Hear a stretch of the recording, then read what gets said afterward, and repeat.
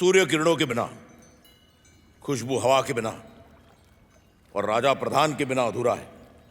मराठा साम्राज्य के मुख्य प्रधान पेशवा बालाजी विश्वनाथ के निधन से हमारे सामने एक बहुत बड़ा प्रश्न है। नए पेशवा का चुनाव। कोई है जो स्वयं इस जिम्मेदारी को स्वीकार करे? पेशवा की जिम्मेदारी हमारे लिए बड़े सम्मान की बात होगी छत्रपति। हमें बड़ी खुशी हुई श्रीपत राव। क्या सारा दरबार पंत प्रतिनिधि के सुझाव से सहमत है? महाराज, इस वक्त इस दरबार में एक ही तलवार है जो समस्त मराठा साम्राज्य और पेशवा की पगड़ी का मान रख सकती है, और वो है बाजीराव।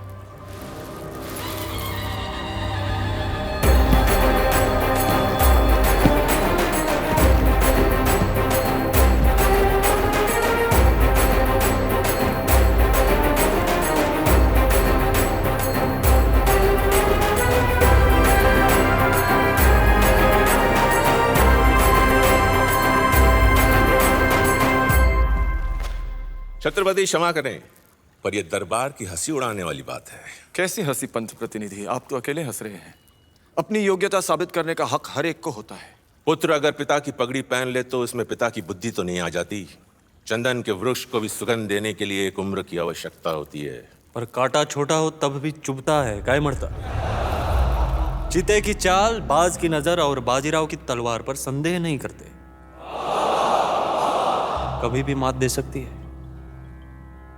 मैं बाजीराव बल्लाड़, स्वर्गीय पेशवा बालाजी विश्वनाथ का पुत्र, खुद को पेशवा के पद के लिए योग्य मानता हूं और इसके लिए हर कसौटी से गुजरने के लिए तैयार हूं। कसौटी तो जरूर होगी बाजीराव, पर उसका फैसला हम नहीं, पंत प्रतिनिधि करेंगे।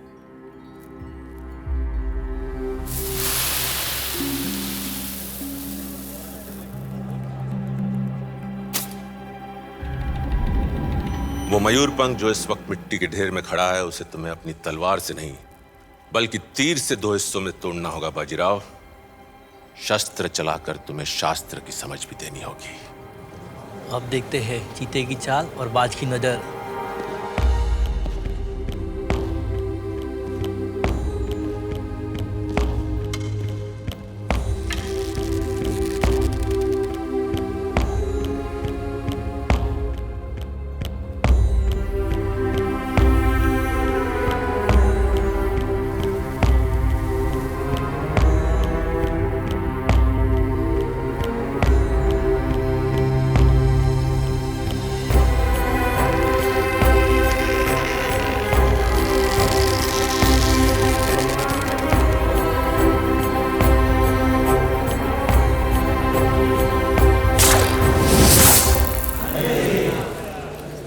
महाराज, शर्त थी मयूरपंख को 2 हिस्सों में तोड़ने की, और पूरा दरबार देख रहा है।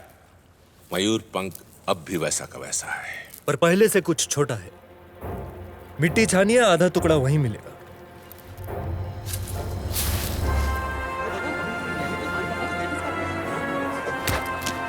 यह था मेरे शस्त्र का परिचय। अब शास्त्र सुनिए। वो मिट्टी हिंदुस्तान की है और वो मयूरपंख मुगल सल्तनत का पेड़ जिसकी जड़ें हैं दिल्ली, और वो तीर मराठा साम्राज्य का। जड़ पे वार करो तो बड़े से बड़ा पेड़ भी गिर जाता है। कमाल है तुम्हारी सोच पेशवा।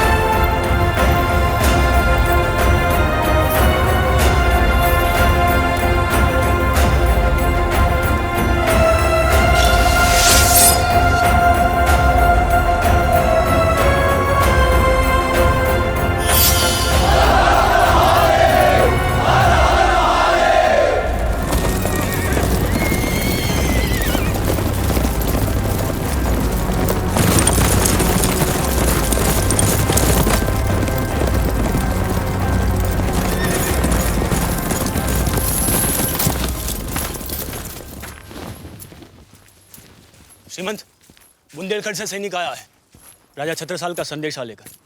वो आपसे मिलना चाहता है। क्या राजा जी अपनी लड़की रिश्ते में देना चाहते हैं?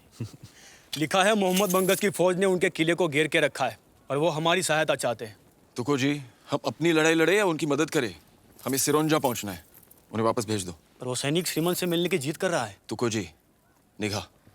जी। पंत इस घाटी से जाएंगे तो जल्दी पहुंच जाएंगे। रुको, तुम पेशवा से नहीं मिल सकते। रुको।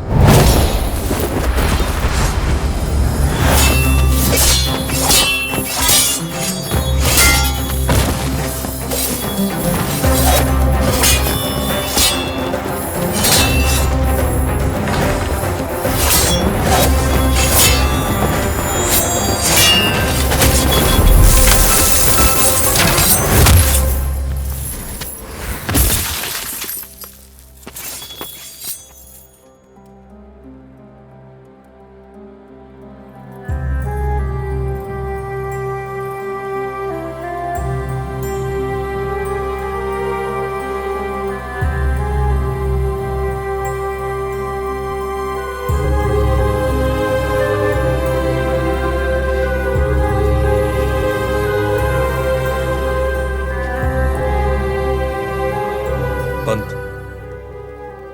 इन्हें इज्जत के साथ वापस भेज दीजिए। बुंदेलखंड खतरे में है। हजारों बहू बेटियां जौहर की आंख के सामने खड़ी हैं। हम आपकी मदद चाहते हैं। जब बुंदेलखंड के पास ऐसी तलवार हो तो हमारी मदद की क्या जरूरत है? मुमकिन नहीं होगा भाई, आप जाइए। इस गुस्ताखी के लिए तुम अपनी जान गंवा सकती हो। परवाह नहीं। बुंदेलखंड से निकलते वक्त कसम खाई थी कि आएंगे तो पेशवा बाजीराव को लेकर आएंगे, वरना नहीं। खुदा समझकर हाथ फैलाया, पर आप तो इंसान भी ना निकले।